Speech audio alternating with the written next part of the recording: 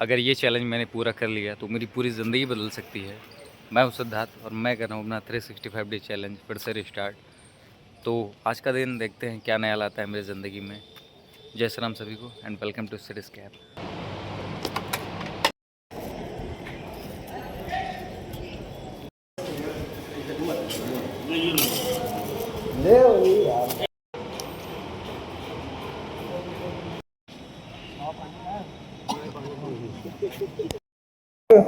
एक ऊष्मा की उपस्थिति में ऑक्सीजन के साथ क्रिया करके जब जलती है तो मतलब आग लगती है। जब कोई ईंधन जलता है तो उसे हम आग कहते हैं। अब इसकी परिभाषा से जो हमें स्पष्ट हो रहा है कि आग के मुख्य तत्व क्या हैं। सबसे पहला है हमारा ईंधन, यानी कि जब तक कोई ईंधन हमारे पास नहीं होगा, कोई वस्तु ऐसी जलने वाली नहीं होगी तो आग नहीं लगेगी। जी। यानी कि आग का दम घोटना। जिस तरीके से हमारे लिए ऑक्सीजन जिंदा रहने के लिए ज़रूरी है, उसी तरीके से आग के लिए भी ऑक्सीजन बहुत ज़्यादा ज़रूरी है कि अगर आग को जिंदा रहना है तो उसे ऑक्सीजन की आवश्यकता होगी।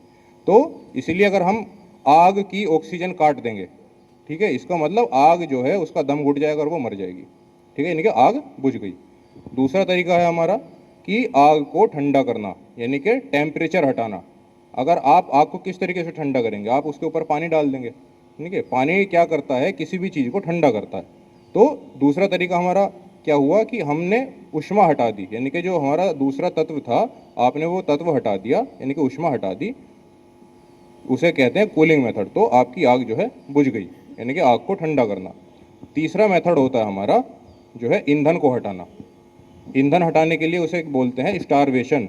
हिंदी में बोलेंगे आग को भूखा मारना। यानी कि आग को जलने के लिए क्या चाहिए, ईंधन की आवश्यकता है। अब आग को जब जो है ईंधन नहीं मिलेगा, यानी कि उसे खाना नहीं मिलेगा, एक तरीके से आग के लिए खाना है ईंधन। ठीक है, आग को जब ईंधन आपका उपलब्ध नहीं होगा, ईंधन नहीं मिलेगा तो आग नहीं सर्वाइव कर पाएगी, आग नहीं बची रहेगी, यानी कि वो मर जाएगी, आग बुझ जाएगी।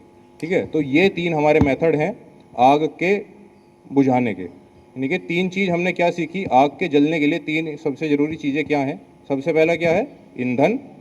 दूसरा है हमारा ऊष्मा। तीसरी है हमारी ऑक्सीजन। तो इसी तरीके से फिर बुझाने के तरीके हमारे क्या है, यानी कि आप ईंधन हटा दीजिए तो आपकी आग बुझ जाएगी, आप ऊष्मा हटा दीजिए तो आपकी आग बुझ जाएगी, और आप जो है ऑक्सीजन हटा दीजिए तो भी आपकी आग बुझ जाएगी। अब इन्हें हटाना किस तरीके से है, अब उस चीज़ को समझिए। अब जैसे किसी लकड़ी के टुकड़े में आग लगी हुई है, जैसे घरों में भी जो है चूल्हा जलाते हैं, या फिर सर्दियों में जो है अलाव जला ली हमने, हाथ सेकने के लिए लकड़ी जला ली। तो उसे अगर आपको बुझाना है, आप क्या करेंगे, एक बाल्टी पानी लेकर आएंगे, उसके ऊपर डाल देंगे। ठीक है, यानी कि आग बुझ गई। यानी कि ये हमारा कूलिंग मेथड हो गया। नीचे गिरा दिया तो फिर क्या होगा कि ये नीचे लपट जो है इसके नीचे लगेगी ज़मीन पे, फिर वापस गर्म इसी को करेगी, और इसकी बॉडी जहाँ गर्म होगी तो फिर ये इसके फटने के चांस, एक्सप्लोड होने के चांस बन जाएंगे। तो अब इसे बुझाना किस तरीके से है, ठीक है। अब इसमें देखो सावधानी आपको क्या रखनी है कि इसमें प्लास्टिक की ही बाल्टी इस्तेमाल करनी है, आपको लोहे की बाल्टी इस्तेमाल नहीं करनी, क्योंकि उसमें नीचे हुक निकले हुए होते हैं, वो हुक अड़ जाएंगे, इसे सील नहीं कर पाएंगे। तो प्लास्टिक की बाल्टी इस्तेमाल करनी है। हैंडल को आपको पकड़ के रखना है कि जब आप इसे इसके ऊपर मारेंगे तो हैंडल बीच में ना अड़े, और जब भी इसे मारना है तो बहुत ही मतलब थोड़ा ताकत के साथ, और इसे अच्छी तरीके से जो सील कर दे उस तरीके से मारना है। अभी ये जो है हमारे फायरमैन आपको दिखाएंगे करके, बस।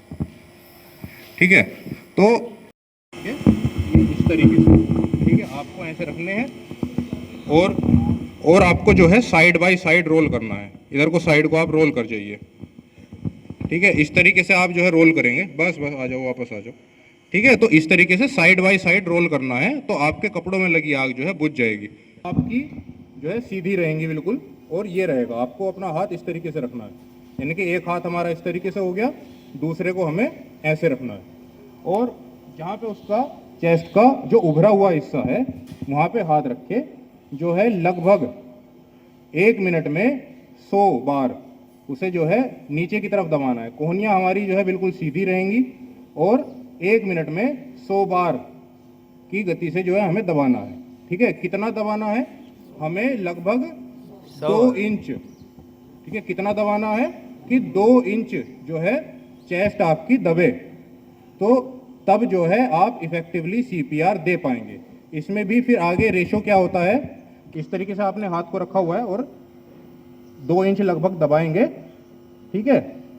तो आपको 1 मिनट में 100 बार की गति से चेस्ट दबानी है। कितनी बार दबानी है लगातार? 30 बार आप दबाएंगे।